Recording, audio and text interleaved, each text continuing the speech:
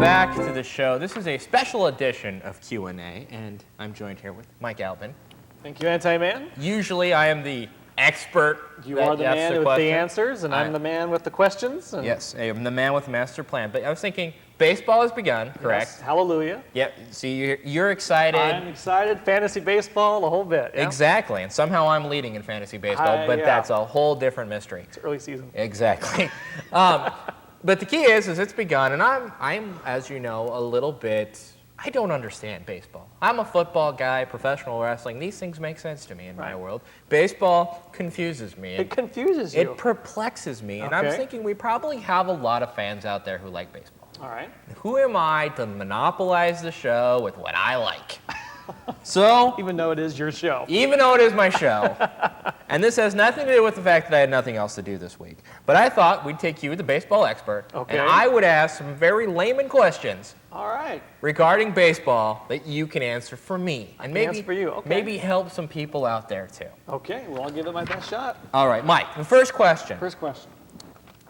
Now this thing it's a controversial topic. But it seems to be something that can help out veterans because it gives veterans an opportunity to continue their span, continue their play. It gives you a chance to up the scoring, which is always good for the fans. But traditionalists hate this. So the question I have to ask you first, Mike, is why do baseball fans hate the designated hitter? Why do they hate the designated hitter? I think it's more, I like the designated hitter. Right. I'm not, so I guess in the sense I'm not the traditionalist. Traditionalist, right. But most people don't like it because of the fact that the strategy behind the pitcher batting. Right. It's part of strategy. It's when the pitcher comes up to bat, you have many options. You can either purposely walk him, or know he's gonna be not a very good hitter, so your chances of getting that out are increased. Also, the pitcher's used as a bunter, to do the guy over to scoring position. I think it's just, I think people just, it's traditional. It's not the way it was way back when. It's only in the early 70s it was introduced, and it was only introduced to one league. Right, which is the weirdest thing. I still don't know the answer to the why National League was totally against it anyway, but I'm for it. I like it because I'm coming through the new generation where it prolongs the careers of popular players. And power hitters. And you still have a strategy there, correct? This is what doesn't get me. There's just a new strategy you apply to it. Because I was talking about it today, and they were talking about guys like Gary Sheffield. How his fielding doesn't work, but they could probably put him into a designated DH hitter. So I don't understand why everybody hates it. And the other thing is also people believe that a pitcher is paid to pitch. He shouldn't worry about anything else. Just like players are paid to hit and field, of course, and for their positions that goes along with it.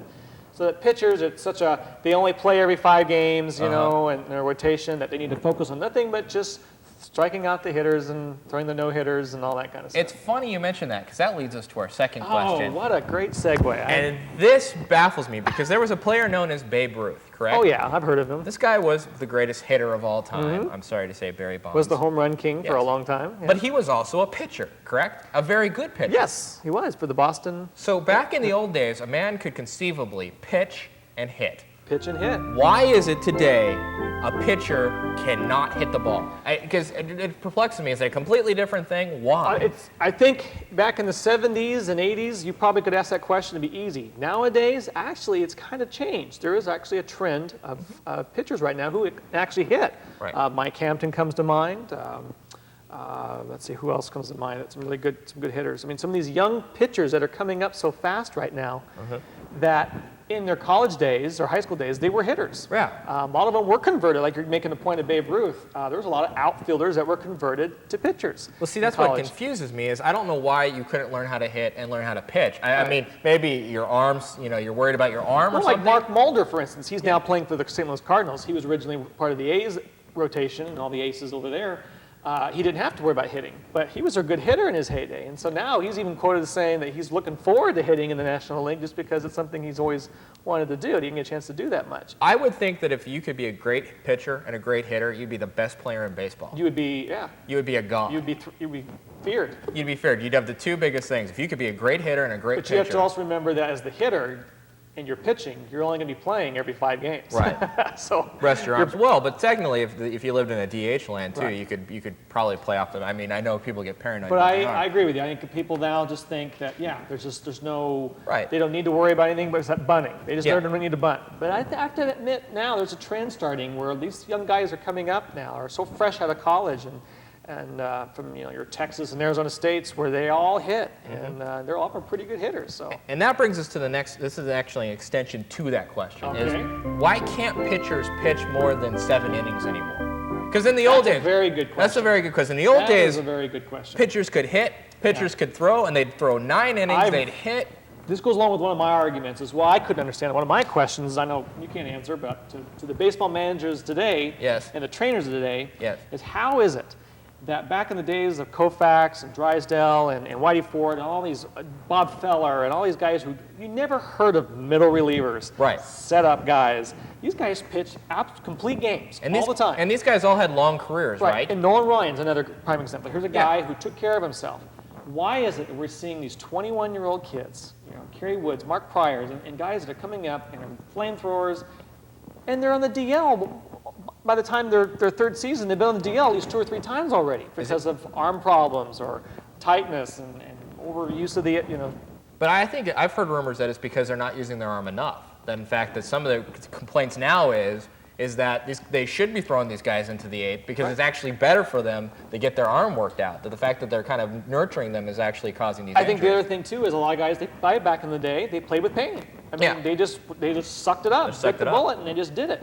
I think there's too much of emphasis now on money. Right. That we put too much money in these guys, so the clubs now are saying, "Oh, wait a minute, we won't take any chances. If you even got a broken fingernail, we're not going to put you on the Right. mound because Yeah. we invested $60 million in you." Right. So I think that has a lot to do with it. Yeah, because I haven't seen a The great conditioning Yeah. and these trainers. I understand they pay top dollar for these people. They pay top dollar for all these trainers. Their primary job is to make sure their pitching staff's in good health. But yet we see all these guys on the DL constantly. And that's what I mean, because I think pitchers should, in theory, be in better shape than they were back then because we have better supplements, better everything. Right. Secondly, I haven't seen an increase in pitchers' careers. There's still about the same expansion of careers, so it is not prolonging a pitcher's life to do this. And secondly, like you said, now all of a sudden we're worried about, well, if we don't have a reliever, they can't make the World Series. Have the guy pitch 8 damn innings. And then the trend now is like with Smoltz, who's turning into another modern day Dennis Eckersley, is, they'll become a starter, go to reliever, and now back as a starter again. And then he'll probably end up going back to being a reliever because eventually he will not have the stamina to go 7, 8 innings in a game. But that's the new trend too, is turning these power starters into relievers. See, this is what's getting so crazy about this. And It's this all changing. This is all changing. Now we're going to ask we're actually a little more simpler question. Okay. Recently somebody had what they called a cycle. I have no idea. Hit for the cycle? Yeah, what is a cycle? Hitting for the cycle Yes. basically is when you have a single, a Uh-huh. double, a triple, and a home run all in one game. Right. And and usually the easiest usually is one is the single and probably the home run because but the hardest is the triple. So this year, in fact, the young season that we've had, we've already had 2 people already hit for the cycle this year. Right. One of them being for the Washington Nationals, so it's kind of historic. Historic. Washington team returning back to baseball, and first game guy hits for the cycle. Hits But for a cycle. that is what the cycle Cycle. is. You've got one of every hit possible. Now this will answer our final question for the night. Okay. And it's just something, getting a hit Getting a seems to hit. be, getting a hit. Like I said, now we have guys who are hitting for a cycle. Not only are they getting a hit per night, but they hit, a double. They're hitting cycles. They say the one record that we can't break is Joe DiMaggio's 56 game 56 games, where basically, and if I'm not mistaken, all this record means is they get a hit for 56 games. straight games. They got at least Yeah. one hit. Why is it actually, because for layman's we don't understand it, why is it so hard for that record to be broken? I think a lot of it is pitching. I mean, people after a while. We've had guys who have gotten up to the 30s and 40s and gotten real close, but it's pitching. I mean, it's a long 56 games is almost half the season. Right. In fact, it's pretty close to half the season. And that's getting up there, and usually you average 4 bats a game, usually, Yeah. depending on where you bat. Most of these guys are like leadoff hitters, and I'm not sure where DiMaggio batted in the lineup. He was probably number 3 hitter or something like that. But anyway,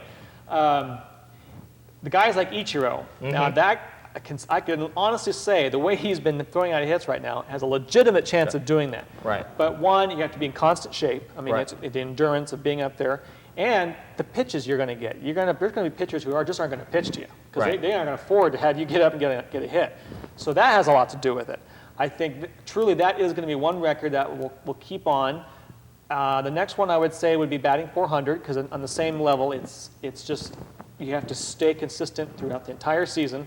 And once again, Ichiro would be another legitimate candidate for that. And But what batting would- 400 is a very hard task. That's the other question. Batting 400, that seems like a how do you get to 400? How do you average out that? And this is our final question. We'll change the final question. Okay. How do you average out a hitting score? 400, 500. How does that actually factor You in? take the number of bats Uh-huh. and divide it by the number of hits. So basically 40. So 40 out of, so let's say 100 hits. If you hit 40, then you hit 400. Right. That's a relatively still a low Right. number. It is a low number, but then you take those hits, all the at-bats you get in a season. I mean, you play 162 games. That's a lot of at-bats. And once again, guys who will refuse to pitch to you. It just goes to show you, and I guarantee you that's the one thing most laymen don't understand about baseball, because we would think getting a hit would be easier than it actually is. I would stand here and say that I think hitting a baseball is one of the toughest things to do in sports. But it looks like one of the easiest things, yeah. and that is the problem. Michael, thank you very much. Oh, I'm glad to do it. And if the fans out there have any more baseball questions, just send them to Antiman at antimantv.com. And hey, it's a long season. It's 160 some odd games. We have plenty of time to do this again. That's right. All righty, we'll be back in a second for more Tales from the Antiman.